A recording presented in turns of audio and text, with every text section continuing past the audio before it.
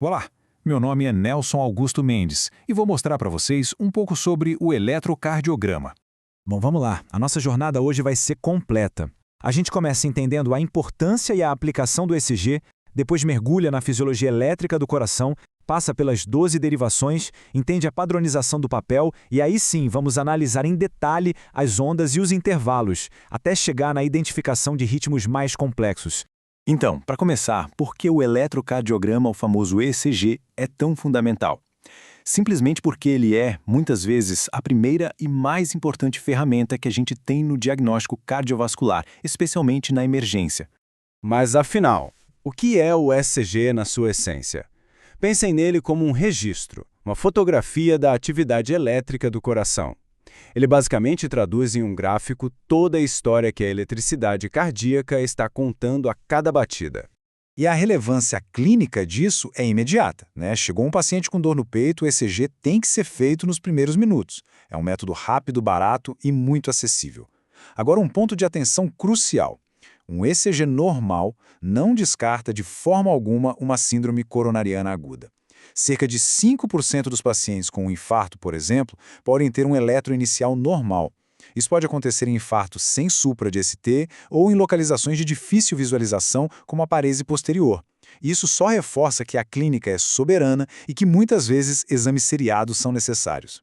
Certo. Agora, para a gente conseguir ler o traçado, a gente precisa entender o motor por trás dele. De onde vem esse sinal elétrico? Vamos explorar o sistema de condução do próprio coração.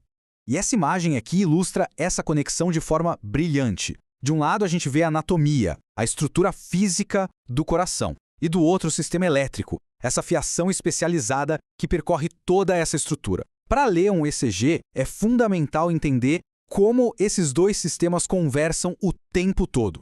E esse impulso elétrico segue um caminho muito preciso, quase como uma coreografia.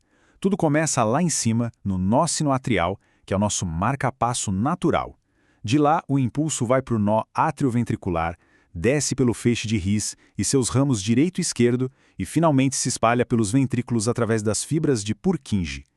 Cada etapa dessa jornada é o que desenha uma parte específica do traçado que a gente vê no papel. Ok, mas como é que a gente enxerga essa atividade elétrica toda? É aí que entram as derivações, que funcionam como se fossem as câmeras do ECG. As 12 derivações nos dão visões de ângulos diferentes do mesmo evento elétrico. O ECG padrão usa 12 derivações, que a gente divide em dois grupos. Temos 6 derivações periféricas, que olham o coração no plano frontal, de cima, de baixo e dos lados, e temos mais 6 derivações precordiais, que dão uma visão no plano horizontal, como se estivéssemos cortando o coração ao meio. Juntas, elas nos dão uma imagem elétrica tridimensional fantástica. Agora, uma parte muito interessante. Como a gente registra isso? O papel do ECG, por si só, já é uma ferramenta de medida super calibrada. Não é um papel qualquer. Essa grade milimetrada é o nosso padrão universal. Na calibração padrão de 25 milímetros por segundo, cada quadradinho minúsculo vale 0,04 segundos no eixo horizontal, que é o tempo. E no eixo vertical, o da voltagem, cada 10 milímetros, ou 2 quadradões, equivalem a 1 milivolt.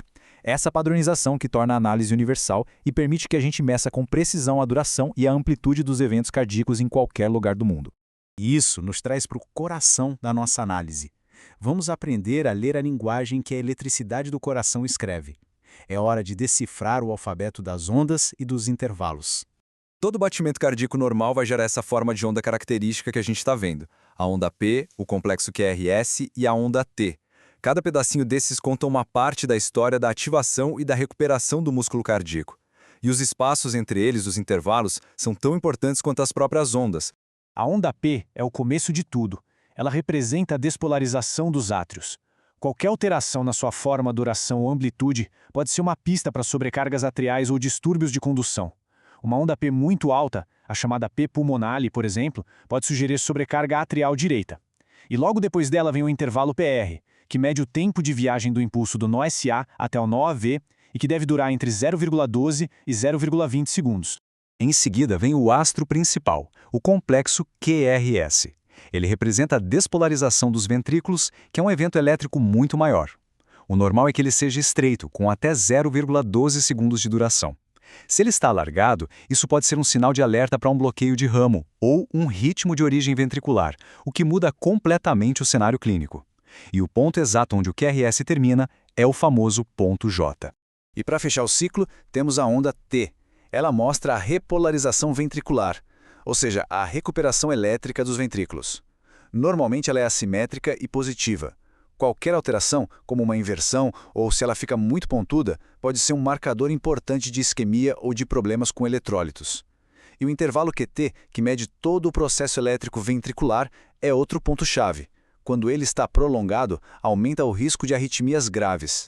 Muito bem, agora que a gente já entendeu cada peça do quebra-cabeça, vamos juntar tudo e aplicar esse conhecimento para identificar diferentes ritmos cardíacos, dos mais simples aos mais complexos. Olhando esses dois traçados, as diferenças são gritantes, certo?